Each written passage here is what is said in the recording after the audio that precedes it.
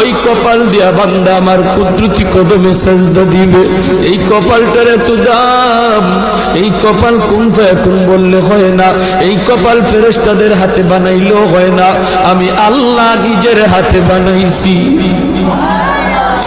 আল্লাহ পাক কই আমি আল্লাহ দেখি জমিনে কেমন অন্যায় হয়, অত্যাচার কেমন জুলুম হয়, জমিনে কেমন অন্যায় হয়, অত্যাচার হয়, কেমন জুলুম হয়, কেমন গুনাহ হয়, আমি আল্লাহ দেখতেছি।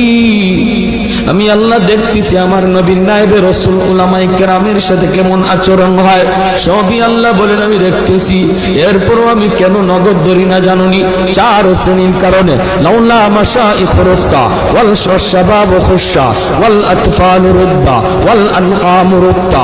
আল্লাহ বলেন 1 নম্বর হলো ওই বৃদ্ধ মানুষগুলি, এখনো জমিনে এমন কিছু সাদা দাড়ি সাদা চুল আমার কিছু বৃদ্ধ বান্দা বান্দি আছে রে, কোমর বাঁকা হইতে পারে না, করতে পারে না, কষ্ট হয়, হাঁটুতে ব্যথা, কোমরে ব্যথা, এরপরেও আমি আল্লাহর কুদরতি কদমে সাজদা দেয়, কষ্ট হয়, এরপরেও আমার কদমে সাজদা দেয়। এই সাজদার দিকে তাকাইলে জমিনের প্রতি মায়া লেগে যায়।